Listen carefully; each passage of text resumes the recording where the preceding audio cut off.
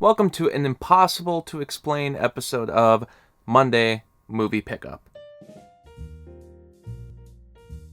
Alright, first on the list we have here, The Day the Earth Blew Up. This is the newest Looney Tunes movie. It stars Porky Pig and Daffy Duck. I saw this in theaters. Very funny movie. And nice return to form for the Looney Tunes. And as you can see there, it was released by Ketchup Entertainment. Warner Brothers is still involved with the movie itself.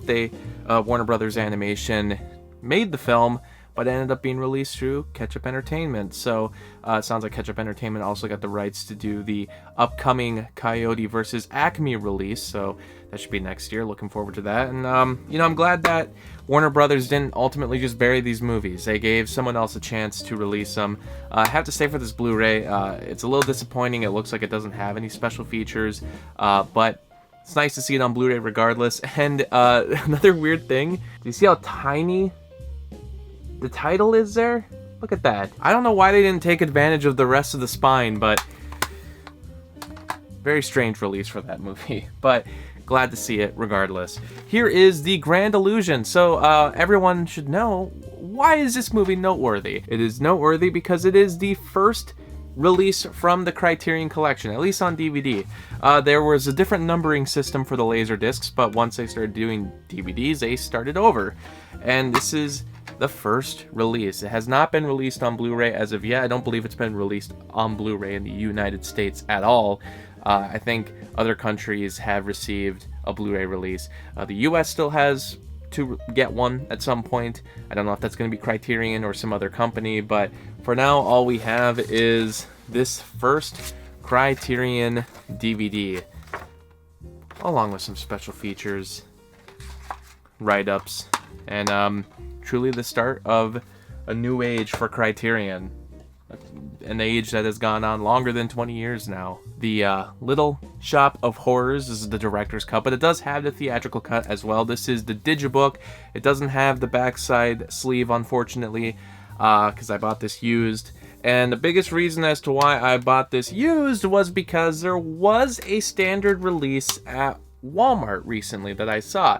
It even came with an exclusive slipcover, but I couldn't determine if that release actually had the commentary. This version has the commentary from Frank Oz. It was released later on a standard edition with basically the same cover, but it came in a typical Blu-ray jewel case. It didn't come in this digibook packaging. Said the director's cut, said it had a theatrical cut, but it didn't make any mention about that commentary. That was only listed on the digibook. I can't find any information about that online. It doesn't look like anybody has bought the standard release to compare it to the digibook. It seems like most reviews were for the digibook, so I took my chances with the digibook. I was not going to spend less on the standard release only to find out it doesn't have the commentary. I want all the special features that I can get. I don't want to get something that was cut out. I don't know why they would have removed it from a later release, but regardless, I got the digibook finally owned that movie. And granted, I think I like the original better though. I don't know if I like the musical as much as the original 1960 film. Here we have a 2-pack from Studio Ghibli. This is the versions that were released by Shout Studios with help from G-Kids. G-Kids now has the rights to the films. Previously, for the most part, I think these movies were available through Disney. I don't know if they got the rights to every single film, but they were helping do some of the American releases and dubs for a while. That's no longer the case. Disney is no longer involved with Studio Ghibli. And now these movies have been re-released through Shout Studios. So I saw this at a Walmart. Came in a 2-pack with 2 films. I mean, good deal. Wasn't for a bad price at all. All these special features. Popeye! Okay, so this is one of Robin Williams' first film, if not his first film in general. I think this might even been a little bit before Mork and Mindy, might have been a little bit after. This movie did not make him a superstar. There were later movies that came out that were much more popular. This one sort of faded away. Finally, they released the movie on Blu-ray quite recently. And I saw this at Barnes & Noble. It was going for $10. It goes for a little bit more on Amazon, so I figured I'll skip the shipping and finally get myself to buy this movie. And hey, it's left a legacy. You know, the town that they built for the setting of this movie, they actually built an entire town to shoot the movie. That town still exists. So, I mean, you can literally go to Popeye's village if you'd like. A bit of a different movie, but up in smoke. And the only reason I wanted to get this was, well, again, I saw it at Barnes & Noble. I wasn't even looking for these movies. I was there for the Kino sale, none of which caught my interest. There wasn't like a lot of Kino movies there, so I didn't ultimately get anything. But I saw these movies instead. I had just recently been looking up some Cheech and Chong movies only because I've been watching Clerks, the Jay and Silent Bob movies, and Cheech and Chong were a huge influence and inspiration for Jay and Silent Bob. So I thought I would go back to at least one of the original sources and finally start watching some of these movies. I was surprised how many sequels they made. I didn't realize that it went on for as long as it did. Here's Mary Poppins Returns. I actually found this at Dollar General, and I've been meaning to get this one for a while. It was for $5, and it looks like the discs came from a red box, but I think this is sort of how Dollar General worked. They would get a lot of movies from red boxes, and after they were removed from the service, they would put them back in the original Blu-ray cases and then resell them. Fine enough. I mean, looks like they're in pretty good condition, so I'll take that for $5. I've been meaning to add that one to my collection for a while. I thought the sequel was okay. And then Hurricane Heist. Now, why do I have this? Why do I have to get a 4K disc of Hurricane Heist? The movie is ridiculous. Nothing like Rob Cohen's original The Fast and the Furious movie, and not the original one that came out like in the 50s. I'm talking about the original one from 2001. He directed that, and then he came back to do another similar type of style movie, except this was more in tone with the newer Fast and Furious movies. And it was quite dumb. I really couldn't say much about this movie or remember much about it, but it was a 4K that was only $3. I'm not gonna say no to a $3 4K. That's the lowest price I've seen yet for a 4K. So of course I had to add Hurricane Heist to my collection, my 4K collection nonetheless. But really I should be adding better movies like The Goonies. I was hoping to post something for The Goonies, something from my collection to celebrate the 40th anniversary. But I realized I didn't have a single release of it. I only had it in a triple pack, the Blu-ray, along with Gremlins and Gremlins 2. I did not own Goonies as its own release. And for one of my favorite movies of all time, I figured this is worth the upgrade to 4K. So I probably will end up posting this to still celebrate the 40th anniversary. Love the movie. Not really even much more to say about it. It's if you haven't seen it, watch it. It's a great movie. It's aged well. Harry Potter and the Sorcerer's Stone. Why did I buy this? Because it comes with a second Blu-ray disc. Magical Movie Mode. For the 20th anniversary edition. What is Magical Movie Mode? Well, just read the back here and you can find out all about it. Now, why am I buying this? Well, a few years ago, when the final film came out, they released this collection with all the movies, and it included every special feature they ever did. That included some of the older DVDs that had like DVD-specific special features that weren't on any of the other Blu-rays.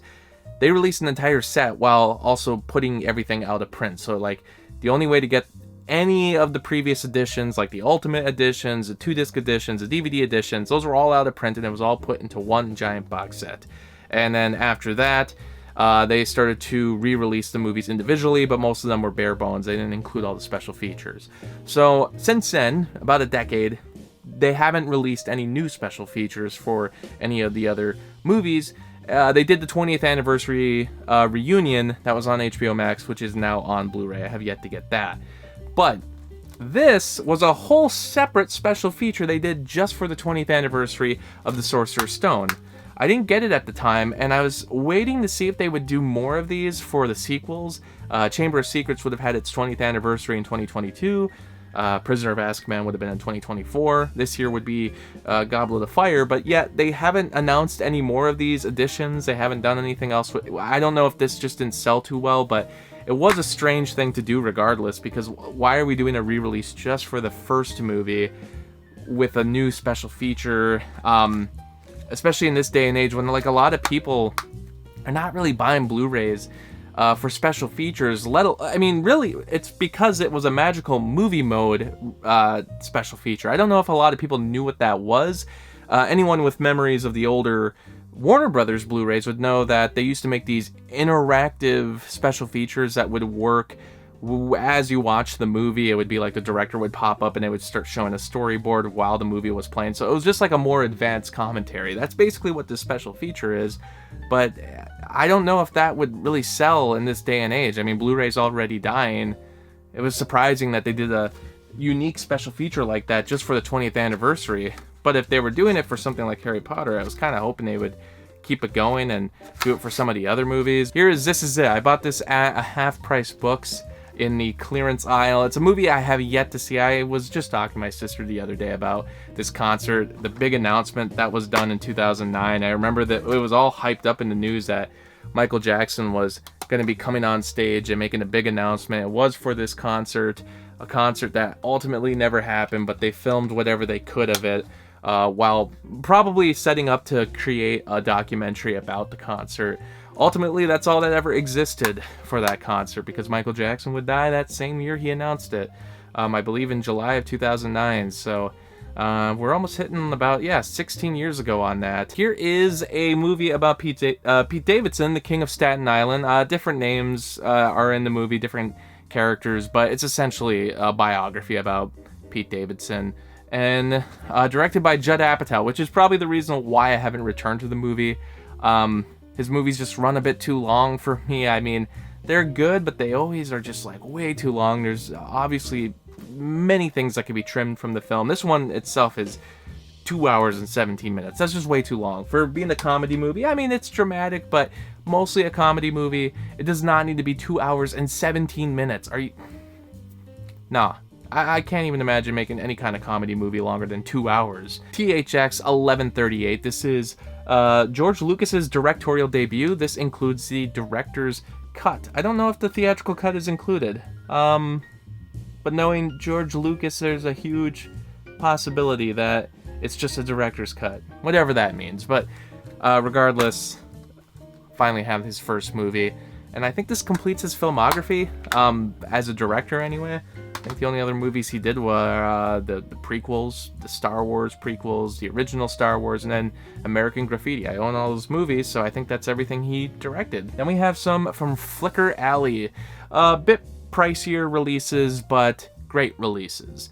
This is Laurel and Hardy Year 2. This is all the shorts that they did in 1928, along with a booklet to show it all off. And I believe there's 14 different shorts in here altogether, but Flicker Alley is putting all these together finally. I was always looking for a Laurel and Hardy set, a very complete Laurel and Hardy set. It didn't really seem like one existed, but here we had Flicker Alley do the first one, and this was everything from 1921 to 1927. The majority come from 27, but any that were released prior to 1927, they just included in the year 1 release. So this was the start of it.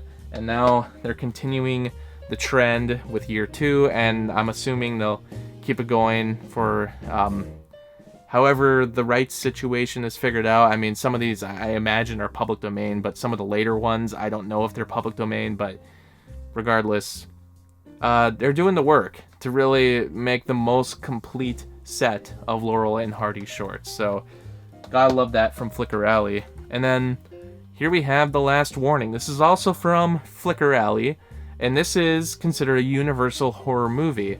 As some of you know, I've been trying to complete my Universal horror movie collection. This movie comes all the way from 1929, and I'm just that much closer to finally having nearly every Universal horror movie. However they determine something to be a Universal horror movie.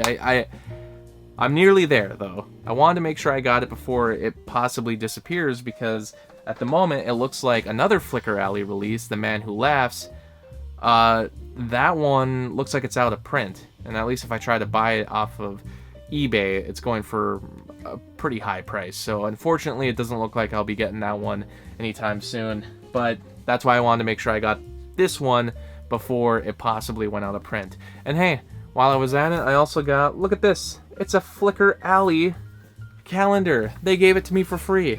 I mean, we're halfway through the year, so I mean, they're probably just trying to get rid of these at this point. But hey, look, it's got classic films, it's a mini calendar, and got the birthdays for some of those icons of classic Hollywood. So, well, that was a very random episode, but that's everything this week. We'll see you next time.